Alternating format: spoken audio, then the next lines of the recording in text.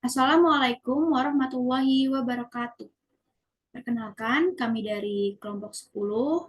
Kami ingin mempresentasikan mengenai materi Enterprise Computing. Sebelum masuk ke materinya, izinkan kami untuk memperkenalkan diri terlebih dahulu.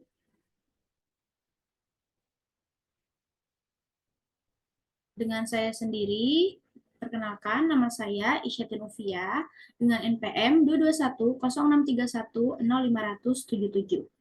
Kemudian ada Ananda Safitri dengan NPM 22106310503.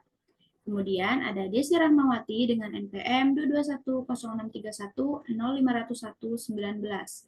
Dan yang terakhir ada Rahma Humaira dengan NPM 22106310595. Nah, kita masuk ke materinya. Kita lihat dulu, apa itu Enterprise Computing?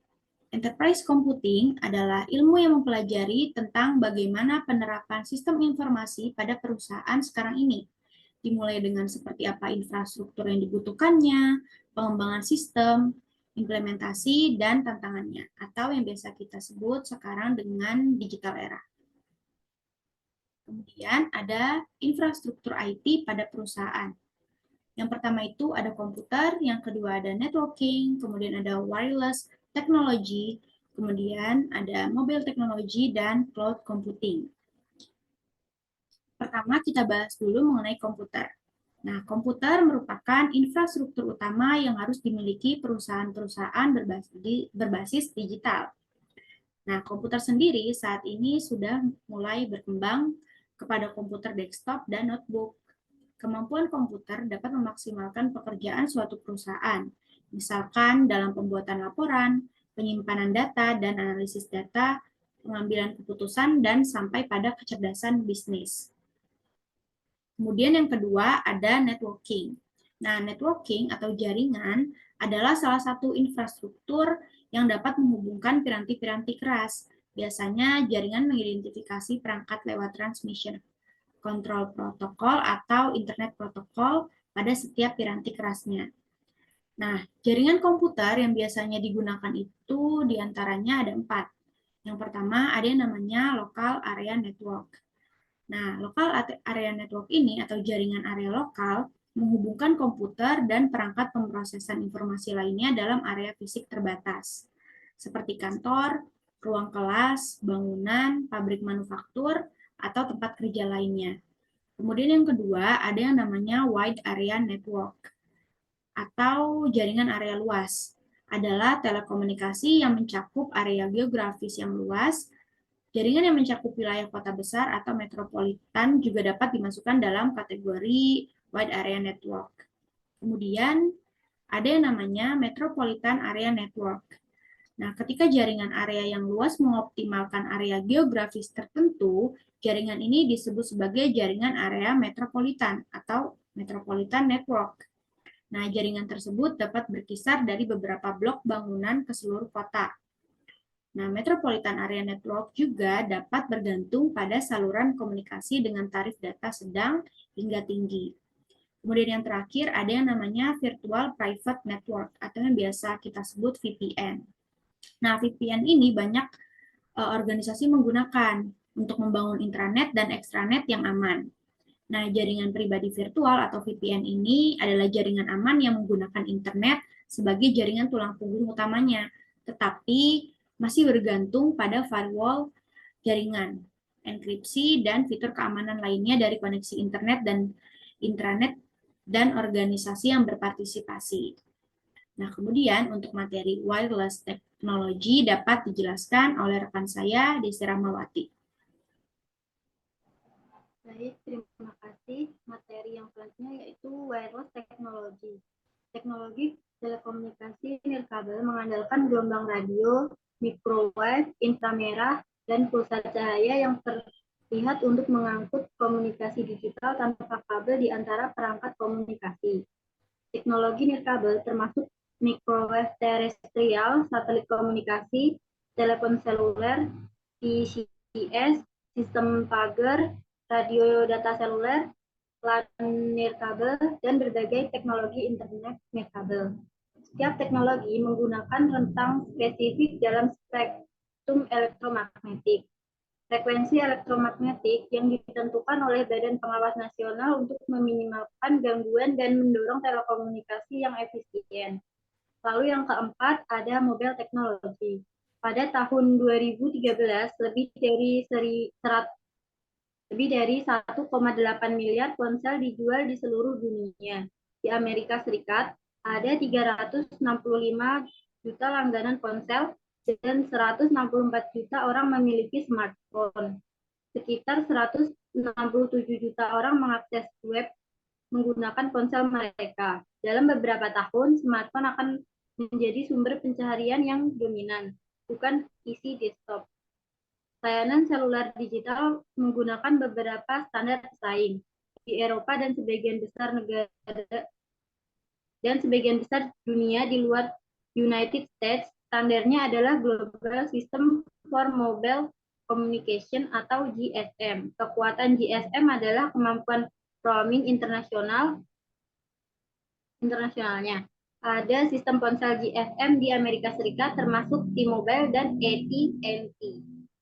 Yang kelima yaitu cloud computing. Cloud computing adalah sebuah proses pengolahan daya komputasi melalui jaringan internet yang memiliki fungsi agar dapat menjalankan program melalui komputer yang telah terkoneksi satu sama lain pada waktu yang sama. Cloud computing merupakan sebuah teknologi yang menjadikan internet sebagai pusat server untuk mengelola data dan juga aplikasi pengguna. Cloud computing memudahkan penggunanya untuk menjalankan program tanpa harus menginstal aplikasi terlebih dahulu dan memudahkan pengguna untuk mengakses data dan informasi melalui internet. Materi selanjutnya akan dijelaskan oleh rekan saya, Ananda Sapitri. Baik, selanjutnya ada sejarah perkembangan enterprise computing. Yang pertama ada MRP atau Material Recruitment Planning. Sistem ini ditemukan pada tahun 1960-an dengan nama Material Recruitment Planning atau MRP. Hasil dari upaya dalam stop pengolahan bahan pada perusahaan, para ahli mencari metode yang lebih baik untuk pengolahannya. Dan mereka menemukan pada teknik ini. Selanjutnya ada Closed Loop MRP, yaitu ada sistem komputasi perusahaan hasil pengembangan dari MRP, yang mana pada HLMRP ini memiliki sejumlah karakteristik tambahan yang sangat penting, yaitu yang pertama ada berisi serangkaian fungsi, bukan sekedar perancangan persyaratan material. Yang kedua ada berisi alat dukung prioritas dan kapasitas, dan untuk mendukung perencanaan dan pelaksanaan. Yang ketiga, menentukan umpan balik dari fungsi eksklusi kembali ke fungsi perencanaan. Yang keempat, ada perencanaan kemudian dapat diubah bila diperlukan, sehingga menjadi prioritas berlaku sebagai perubahan kondisi. Yang ketiga ada MRP2 atau Manufacturing Resource Planning. Adalah metode untuk perencanaan efektif semua sumber daya perusahaan manufaktur. Pada tahap ini, Material Recruitment Planning berubah menjadi Manufacturing Resource Planning. Ada penambahan 3 unsur dalam MRP itu, yaitu yang pertama ada Sales Operation Planning, yang kedua ada Final Interface, yang ketiga ada Simulation. Selanjutnya ada ERP, yaitu sistem terpadu yang digunakan oleh perusahaan untuk mengintegrasikan seluruh sumber daya perusahaan.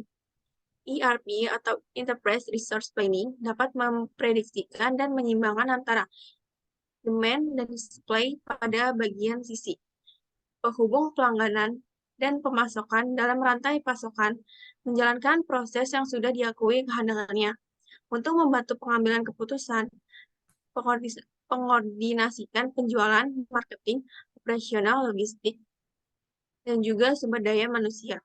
Tujuan ERP adalah mengelola pelayanan, pelangganan, produktivitas, biaya penyusutan, dan penyediaan SCM dan e-commerce secara efektif.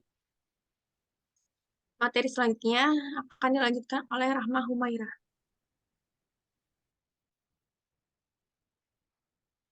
Baik, terima kasih Ananda. Selanjutnya, sejarah perkembangan enterprise computing. Dalam perusahaan, sebuah peramalan yang efektif, perencanaan, dan penjadwalan menjadi sesuatu hal yang penting.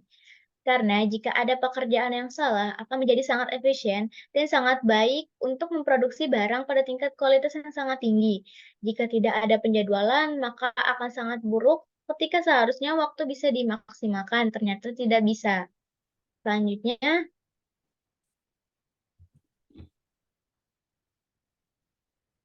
konsep integrasi enterprise computing. Konsep integrasi enterprise computing itu ada 4. Yang pertama ada ERP, telah memberikan kontribusi dalam proses standarisasi.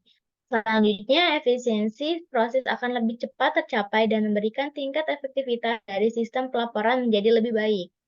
Selanjutnya, kebutuhan akan online dan real-time dari sistem ERP yang menuntut setiap pemakai melakukan proses pendataan ke dalam tubuh ERP secara tepat waktu.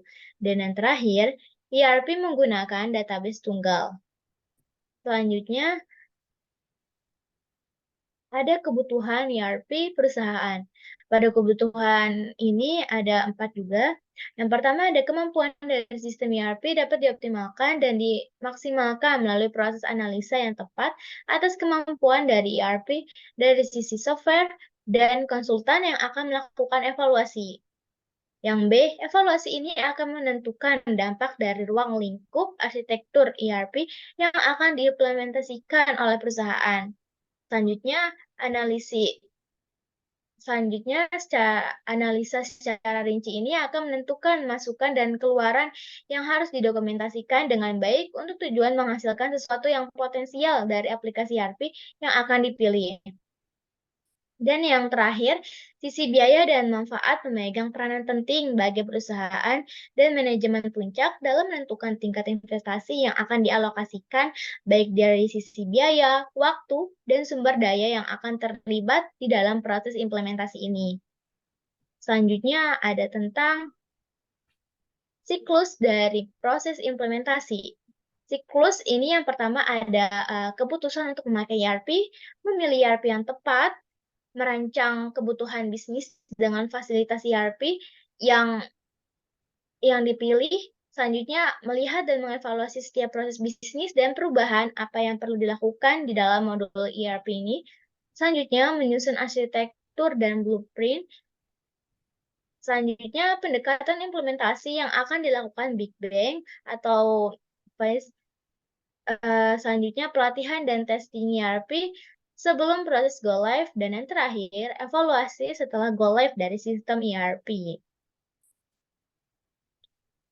Materi selanjutnya itu kriteria pemilihan ERP untuk perusahaan. Pada kriteria pemilihan ERP untuk perusahaan ini ada 5. Yang pertama ada super forecasting cost. Yang kedua ada get new access for the new market area. Yang ketiga ada get new access for the new research. Yang keempat ada capitalize competence and research. Dan yang terakhir ada mitigate the business risks. Selanjutnya saya kembalikan ke moderator. Oke, terima kasih untuk Desi Rahmawati, Ananda Safitri, dan Rahma Humaira atas penjelasan materinya. Mungkin hanya seperti itu saja penjelasan materi dari kelompok kami. Terima kasih yang sudah menonton. Wassalamualaikum warahmatullahi wabarakatuh.